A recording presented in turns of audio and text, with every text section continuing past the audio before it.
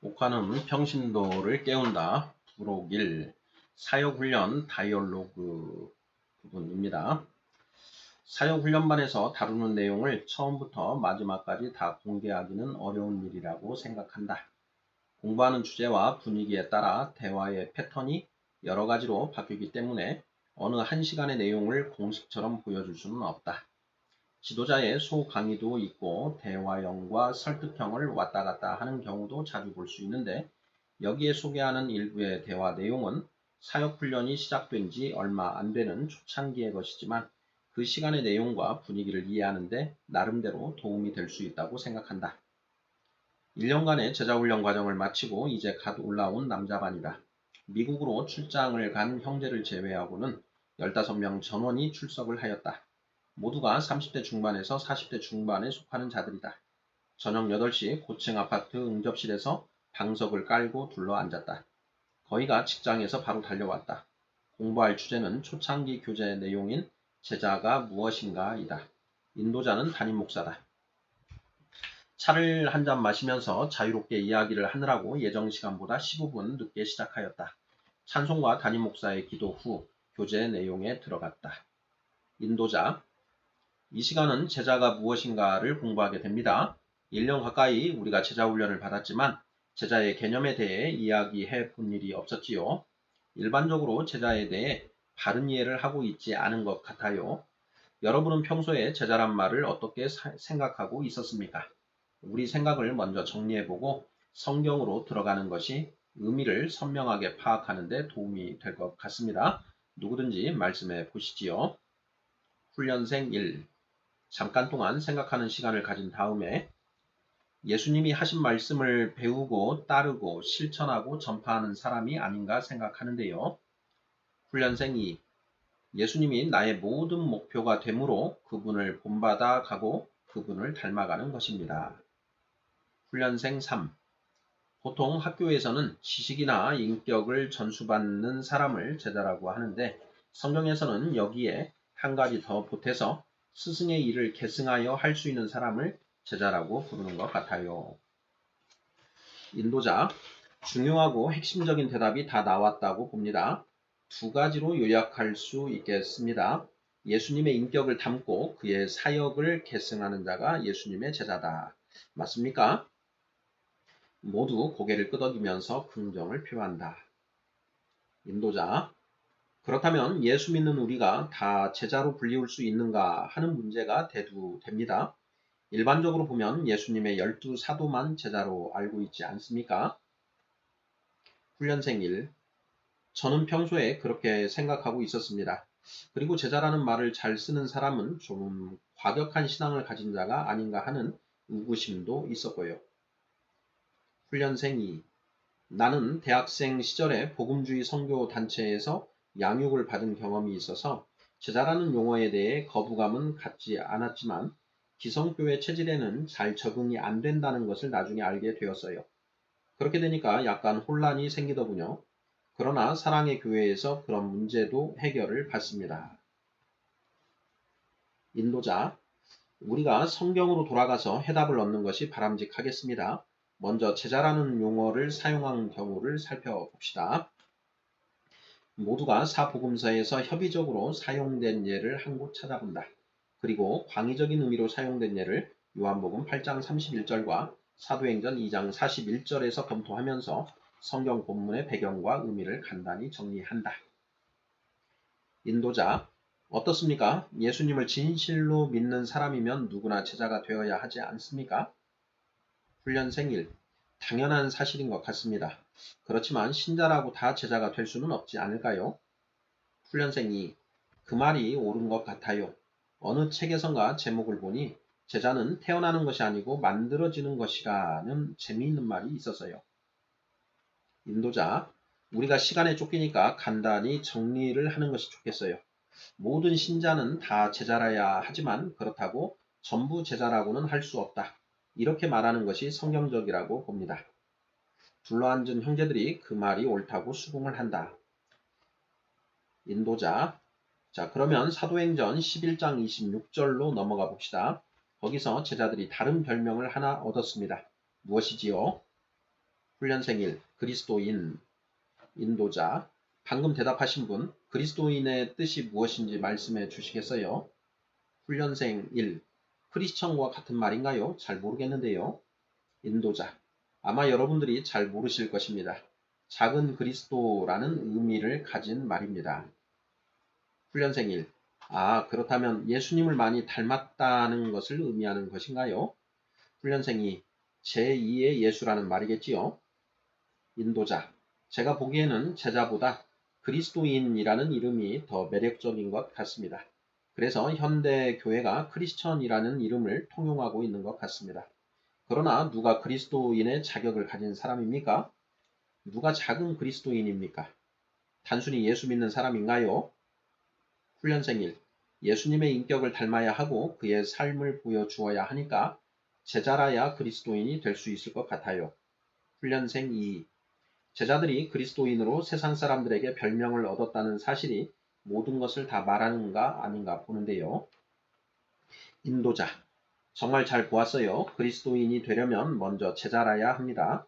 예수를 따르고 배우고 순종해서 그의 인격과 삶이 예수를 보여줄 정도가 되어야 그 사람을 그리스도인이라고 부를 수 있습니다. 그런 의미에서 지금은 우리가 알맹이가 빠진 껍데기 이름만 가지고 있지 않나 두려움이 앞섭니다. 모두가 숙연한 분위기를 이룬다. 훈련생 1.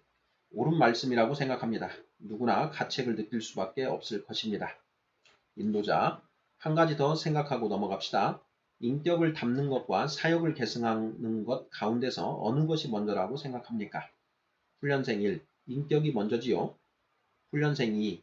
예수님의 인격을 배우는 것이 먼저냐, 사역을 이어받는 것이 먼저냐, 이렇게 묻는 질문 자체가 모순이라고 생각하는데요.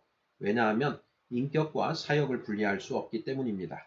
이 둘은 분리되는 것이 아니라 인격이 있으면 사역이 수반되기 마련이 아닌가 합니다. 훈련생 3.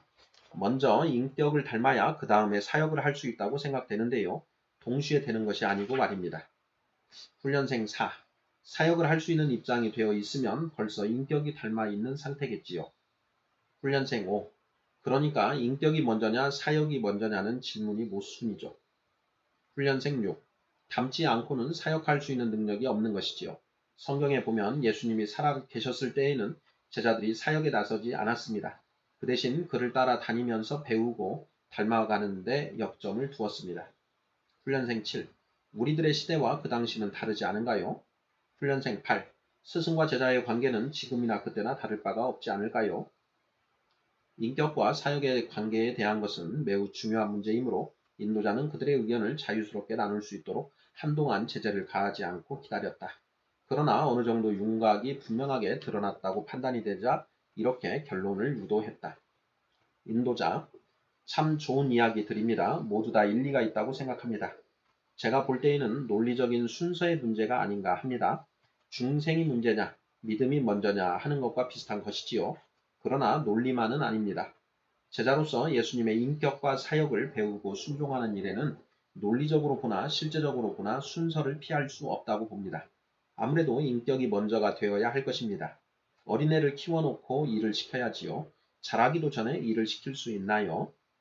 자, 이제 교재 2번을 공부하도록 할까요? 문제 2는 예수의 12제자들이 가졌던 특권을 몇 가지 알아보기 위해서 5개의 성경 구절을 참고하는 것이다. 20분 정도를 소비하여 본문의 내용을 검토하고 의미를 파악한 다음 5개의 결론을 얻었다. 동거, 마가복음 3장 14절, 특별교육, 마가복음 13장, 마태복음 13장 10절에서 11절, 교회 개척, 파송, 비전의 계승, 인도자는 모든 것을 다시 한번 간단히 정리를 해준 다음에 이렇게 실제적인 문제 하나를 던진다. 인도자. 만일 우리가 12사도들과 같이 제자로 불릴 수 있다면 그들이 누렸던 특권들을 우리도 공유할 수 있지 않을까요? 다시 말해서 이상 5가지 가운데 우리가 직접 관계가 되는 것과 안 되는 것을 한번 구별해 보세요. 훈련생 1. 다른 것은 잘 몰라도 교회 개척자로서의 특권과 파송의 특권은 우리하고 직접 관계가 없는 것 같은데요. 훈련생 2. 세상에 보내심을 받는 일은 우리와 관계가 있어요. 훈련생 3. 교회를 세우는 것도 관계가 있다고 봅니다. 훈련생 4. 파송은 관계가 있다고 할 수 없어요. 훈련생 5. 왜요? 파송받는 것도 우리와 연관이 있어요. 왜냐하면 우리 모두가 세상으로 보냄을 받았으니까 말입니다. 훈련생 6. 저는 동거에 대해 생각을 해보는데 성령이 오셔서 우리로 살아계신 예수님과 함께 살게 하신 것을 보면 분명히 관계가 있는 것 같아요. 그러나 예수님이 사람으로 오셔서 동거하셨다는 의미로 보면 관계가 안 될 것도 같아요. 한참 동안 제자들의 특권이 지금도 신자들에게 적용이 될 수 있는가에 대한 산발적인 대화가 오고 갔다. 인도자는 그렇게 하지 말고 한 가지씩 정리를 해보라고 주의를 준다. 인도자, 그렇게 하지 말고 한 가지씩 다루어 보시는 것이 어떻겠습니까? 동거부터 이야기해 보세요. 훈련생 7. 예수님과 동거하는 특권은 우리에게도 있다고 생각합니다. 인도자, 누가 그것을 가능케 하지요? 훈련생 전원, 성령입니다. 인도자, 성령을 통해서 살아계신 예수 그리스도와 동거하는 특권을 우리가 누리는 것이 사실이라면 그것을 상징적으로 대답하는 것보다 성령의 증거를 하나 드는 것이 좋을 것입니다. 성경 어디에 그런 이야기가 쓰여 있습니까? 훈련생 1. 요한복음 15장의 포도나무와 가지의 비유가 좋지 않을까요? 훈련생 2. 예수님이 우리 안에, 우리가 예수님 안에 있다는 말씀을 들 수 있어요. 인도자, 다 맞는 대답입니다. 그동안 등잔 밑이 어두운 것 같아요. 여러분이 암기한 성구 가운데 갈라디아서 2장 20절이 있지요. 모든 형제들이 깜빡 잊고 있었다는 듯이 아쉬운 표정을 짓는다. 각자 성구를 암송한다. 그리고 그 구절을 가지고 예수님과 동거하는 사실을 각자의 경우에 구체적으로 적용을 하였다. 그 다음으로 특별 교육에 대해서는 별 토론이 없이 지나갔다. 육체를 가지신 예수님으로부터 직접 가르침을 받는 일은 사도들 외에는 아무도 기대할 수 없는 일이지만 성령을 통해 진리 되신 예수 그리스도를 배울 수 있다는 점에 대해 몇 개의 성경 구절을 인용하면서 정리를 한다. 그리고 교회 개척에 대해서는 교회가 사도들의 터 위에 세움을 받았다는 사실에 근거하여 보면 아무도 그 일을 대신할 수 없다는 것으로 결론을 내린다. 인도자, 여러분, 파송에 대해서는 어떻게 생각하지요? 우리도 파송을 받았다고 할 수 있을까요? 시간이 많이 걸리니까 비전의 계승과 함께 묶어서 이야기하는 것이 좋을 것 같습니다. 두 가지가 다 비슷한 성격의 것이니까요. 훈련생 1. 우리 역시 예수님으로부터 파송을 받았다고 할 수 있을 것 같아요. 그렇지 않다면 누가 전도를 할 수 있겠어요? 아무도 이 말에 대해 반론을 제기하지 않고 당연한 것으로 받아들인다. 인도자, 그러면 여러분은 각자가 세상으로 파송을 받아 모든 족속으로 제자를 삼는 일을 해야 한다는데 의심하지 않고 있다는 의미인가요? 모두가 의심하지 않는다고 대답한다. 정말 인도자, 정말 놀랍습니다. 교회는 예수의 제자들의 모임이요, 모이는 일에서 끝나는 것이 아니라 세상으로 다시 보냄을 받았으므로 흩어져야 된다고 확신하는 것을 보니 초급반에서 잘 배운 것이 틀림없어요. 그렇다면 한 가지 질문을 할까요? 제자 만드는 비전은 세례를 주고 가르쳐 지키게 하는 데서 가능합니다. 이것을 제자들이 이행한다고 했습니다. 여러분이 세례를 줄 수 있습니까? 가르쳐 지키게 하는 사명이 있다고 생각합니까? 아니면 교역자들에게만 국한된 일입니까? 훈련생 1. 얼마 동안 성경 본문을 들여다보면서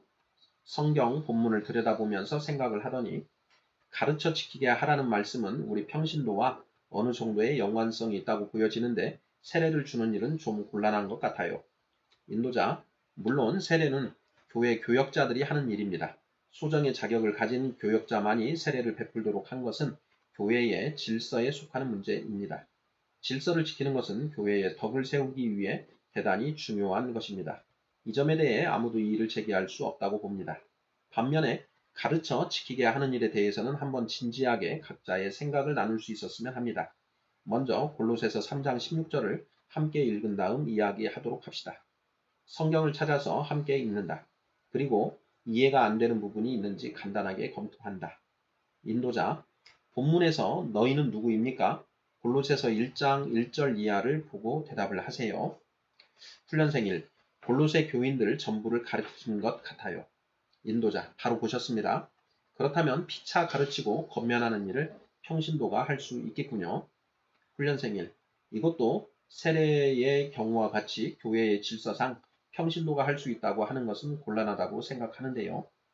다른 형제들은 심각한 얼굴로 쉽게 대답을 하지 못한다.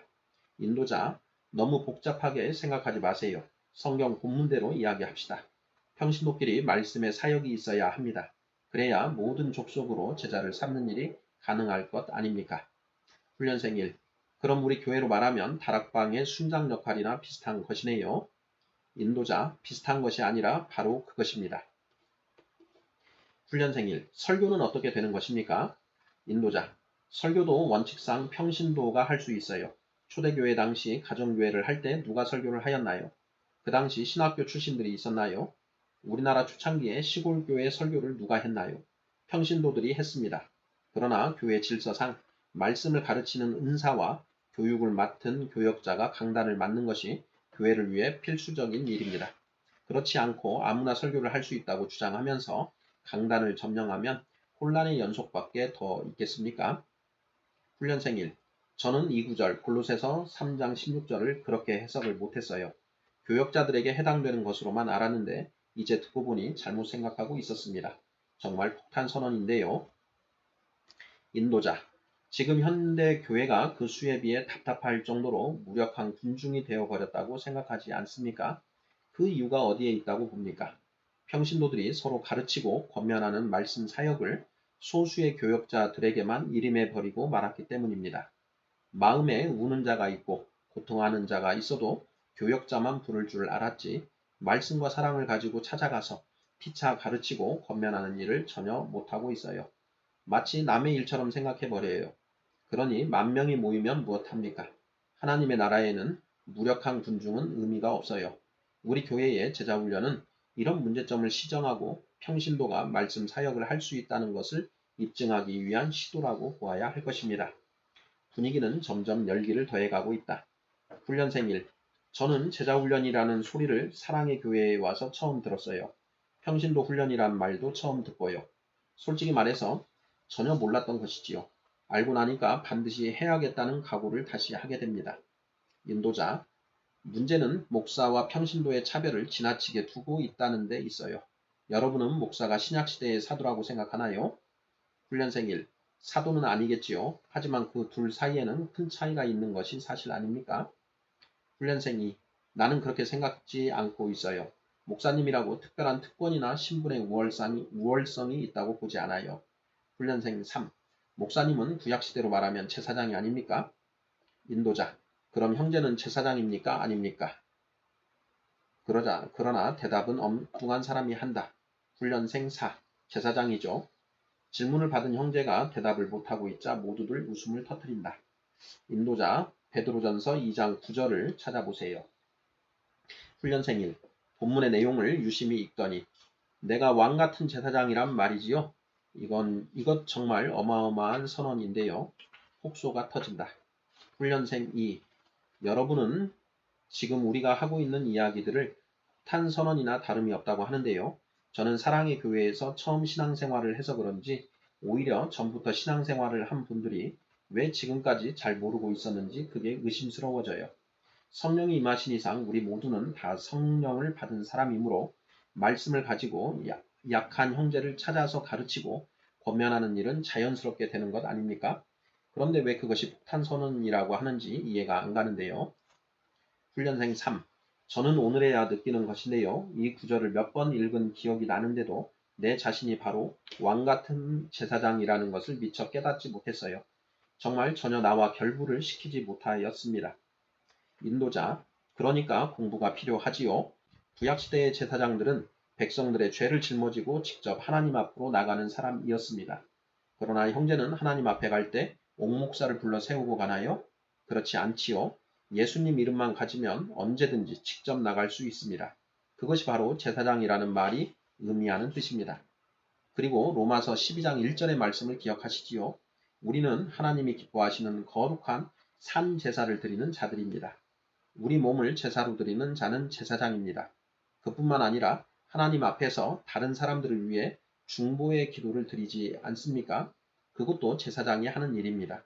이렇게 보면 목사나 평신도나 다 같이 제사장들입니다. 여기에 무슨 차이가 있습니까? 아무것도 없는 것입니다. 훈련생 1. 그런데 목사님은 기름 부음을 받은 자가 아닌가요? 흔히 그렇게 말하고 있는 것으로 알고 있는데요. 인도자. 안수받는 것을 그렇게 표현하고 있습니다. 그것은 하나님이 어떤 자를 불러서 교회를 맡기실 때 그가 소명을 받은 사람이라는 것을 교회가 공적으로 인정하는 의식입니다.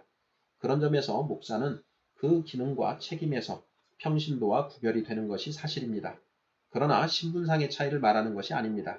더욱이 가르치고 권면하는 말씀 사역을 독점하는 위치가 아닙니다. 평신도를 제자훈련하기 위해서는 교역자들이 이 사실을 확신할 필요가 있습니다. 그렇지 않으면 제자훈련이고 다락방이고 아무것도 할 수 없습니다. 평신도는 예배에 와서 설교나 듣고 돌아가는 것으로만 만족해야 할 것입니다. 훈련생 1. 그러면 다른 교회에서는 제자훈련을 하기가 퍽 어려울 것 같은 생각이 드는군요. 다른 교회에서는 우리가 쓰는 용어부터 순수하지 못하다고 거부 반응을 일으키고 있어요. 순장은 뭐고 초신자는 뭐고 제자는 뭐냐. 너 아주 빠지기도 이상하게 빠졌구나. 이렇게 악평을 하면서 얼굴도 보기 싫다는 식이었어요. 그 순간 무한한 감도 없지 않았어요. 그러나 한편으로는 역시 기성교회에는 평신도에 대한 인식 문제가 여간 심각하지 않구나라는 생각을 하게 되었습니다. 사실은 모든 교회가 모르는 바가 아닐 텐데 말입니다. 알면서 실천을 하지 못하는 것에 대한 양심의 가책이 없지 않을 거예요. 만일 평신도가 잘못되어 있다면 하루빨리 바로잡아야 할 문제라고 봅니다. 언제까지 이대로 방치할 수는 없지 않습니까? 인도자, 대단히 일리가 있는 말씀이라고 생각합니다. 그러나 교회끼리 서로 비방하는 일은 삼가해야 합니다. 사랑의 교회라고 무엇이나 다 잘하는 것은 아니지 않습니까? 훈련생 1. 선교단체에서는 한 사람을 전도해서 중생으로 인도하고 그 다음에 육성시키고 마지막으로 파송하는 3단계로 나누어 훈련을 시키더군요. 그리고 1대1의 방법을 강조하고요. 사랑의 교회도 같은 원리가 아닌가요? 인도자. 거기에는 차이점이 있습니다. 선교단체는 전도에 강조점을 많이 두고 있지 않습니까? 사랑의 교회는 신자들의 실제적인 인격과 생활에 더 강조를 두고 있습니다. 다시 말해서 그리스도를 닮아라는 것이죠. 삶의 중심에 그리스도를 모셔라. 그래서 각자의 삶 전체가 그리스도를 증거하는 증인과 종의 생활이 되도록 하라는 것이죠. 여러분이야말로 그리스도를 보여주는 작은 그리스도가 되기에 얼마나 여건이 좋습니까? 예수의 제자로 잘만 준비되어 있다면 여러분을 필요로 하는 자들이 직장에서나 이웃에서 한두 사람이겠어요? 훈련생 1. 예수님의 인격과 삶을 보여주는 제자로서의 생활. 이것은 정말 큰 부담이 아닐 수 없는 것 같아요. 점점 더 어깨가 무거워지는 것을 느껴요. 인도자, 우리가 다 마찬가지입니다. 목사나 여러분이나 다를 바가 전혀 없어요. 단지 성령께서 힘주시는 대로 최선을 다할 뿐입니다. 주님을 우리 안에 모시는 결단을 한 이상 우리 안에 계시는 그분이 우리를 도와주실 것입니다. 이제 시간이 너무 많이 흘렀습니다. 나머지 부분은 다음 시간에 계속하도록 하고요. 간단히 오늘 밤에 다룬 내용을 정리해 볼까요? 각자가 한마디씩 정리를 한다. 우리 같이 머리 숙이고 기도하겠는데요. 입을 열기 전에 잠깐 생각하는 시간을 가지는 것이 좋겠습니다. 모두가 무릎을 꿇고 눈을 감고 얼마 동안 생각에 잠긴다. 이제 K 형제부터 시작하여 돌아가면서 오늘 밤 자신이 깨닫고 느낀 바를 고백해 보시기 바랍니다. 모두가 눈을 감은 채 진지하게 고백한다. 훈련생 1. 크리스천의 전제 조건이 제자가 되는 것인데 그렇다면 예수를 닮아가는 인격이 얼마나 중요한가를 다시 깨닫게 되었습니다. 훈련생 2. 저는 지금까지 교회를 다니면서 설교만 듣고 만족하는 편이었는데 그것이 잘못되었다는 것을 알게 되었습니다. 예수를 닮은 제자로서 그의 인격만 아니라 사역까지 계승할 수 있는 사람이 되어야 한다고 결심했습니다. 훈련생 3. 지금까지 해온 교회 중심의 생활에서 그리스도 중심의 생활로 바뀌어야겠다. 그래서 예수의 향기를 나타내는 자가 되자고 마음에 새롭게 다짐을 하였습니다. 훈련생 4. 사도 바울처럼 내가 그리스도를 본받는 자 된 것 같이 너희도 나를 본받는 자가 되라 하고 자신있게 말할 수 있는 사람이 되었으면 합니다. 훈련생 5. 저는 오늘 밤 제자가 무엇이라 하는 것을 실감나게 깨달았는데 다시 한번 그리스도의 인격과 삶을 닮아가는 생활, 또 그리스도의 사역을 담당하는 이 큰 사역이 어깨를 누르는 것 같아요. 그래서 앞으로 허리띠를 동여매지 않으면 안 되지 않겠는가 하는 의무와 책임을 느낍니다. 훈련생 6. 크리스천이 바로 작은 그리스도다. 작은 그리스도가 바로 제자다. 이 시간 처음 이런 의미를 알게 되었고 평소에 평신도 선교사에 대해 회의를 가지고 있었는데 오늘 밤에 비로소 나도 평신도 선교사가 될 수 있다는 자신을 가지게 되었습니다. 왕 같은 제사장이라는 말씀을 여러 번 보았으나 그 의미를 잘 몰랐는데 오늘 처음으로 내 자신이 바로 제사장임을 발견하였습니다. 훈련생 7. 목사님의 교회관과 목회의 비전이 정말 마음에 든다고 느꼈습니다. 훈련생 8. 단순한 주제로만 느꼈던 제자라는 것이 이렇게 엄청나고 큰 것인 줄을 몰랐습니다. 커다란 긍지를 느낍니다. 훈련생 9. 하나님께서 확실히 우리에게 참 제자의 삶을 살기를 원하고 계시고 또 우리가 그러한 참 제자가 됨으로 해서 영광을 받으시기를 원하신다는 것을 다시 한번 알았습니다. 나머지 훈련생들도 이와 비슷한 고백을 한다. 인도자, 이제 우리 한 목소리로 기도하겠습니다. 먼저 기도 제목을 몇 가지 드리지요. 목사가 4가지 기도 제목을 준다.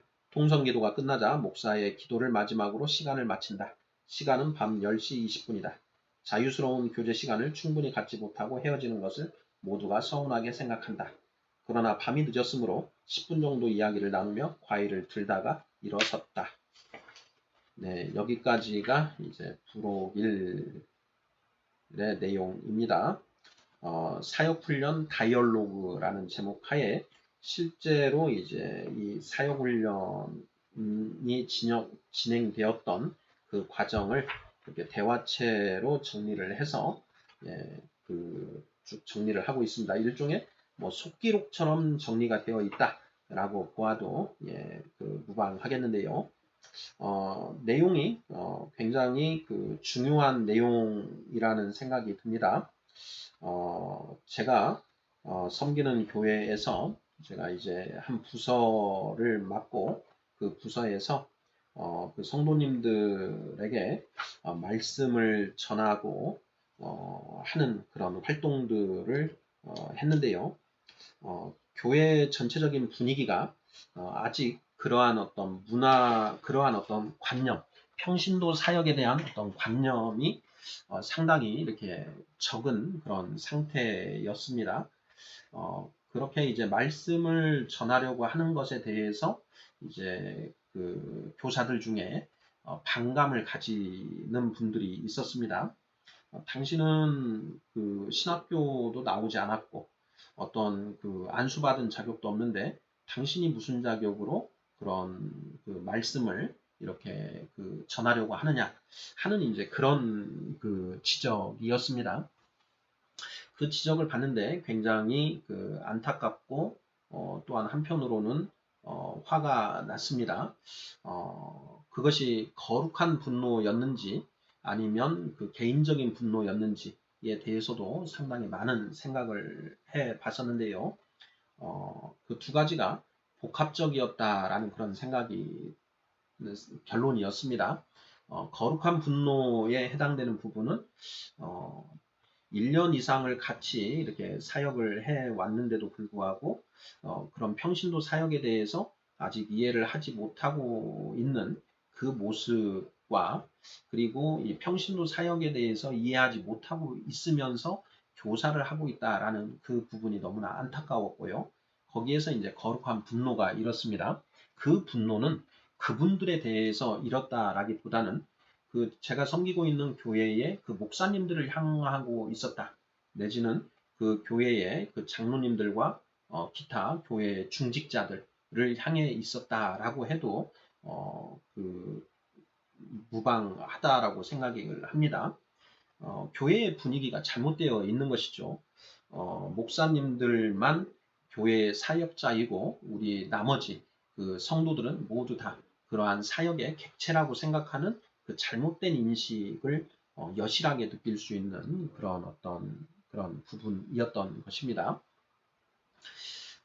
지금 이제 이 다이얼로그 내용에서 보면 대화 내용에서 보면 이 목사님이 이 훈련생들의 그 잘못된 관념, 선입견을 성경 말씀을 근거로 해서 하나하나 이렇게 이제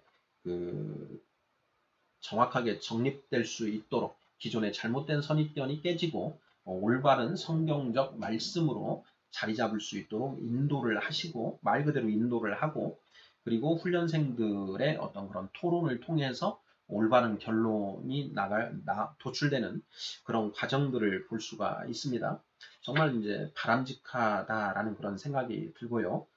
이러한 것이 이렇게 사역 훈련을 통해서뿐만 아니라 목사님의 그 설교 속에도 당연히 녹아들 것이라고 생각을 하고, 설교에서도 이러한 내용들이 공식적으로 선포되고 강조가 되는 것이 있을 것이라고 생각이 듭니다. 정말 사랑의 교회의 이런 그 사례가 정말 귀감이 된다라는 그런 생각이 들고요. 우리 각 개교회들도 이러한 모습으로 하루속히 변화되기를 희망해 봅니다. 21세기의 한국 교회의 비전, 비전과 관련해서 이제 오카는 목사님께서는 이러한 제자훈련 등의 그런 프로그램들을 통해서 그 각 개교회의 평신도들이 사역자가 되는 이러한 것을 우리가 비전을 가지고 꿈꾸는 것을 강조하고 계시는데요. 저도 전적으로 이렇게 동의를 합니다. 그럼 모든 모든 평신도들이 이렇게 사역자, 장성한 자가 되는 그러한 일들이 21세기 한국 교회에 있기를 정말 소원하고 소망해 봅니다. 아멘.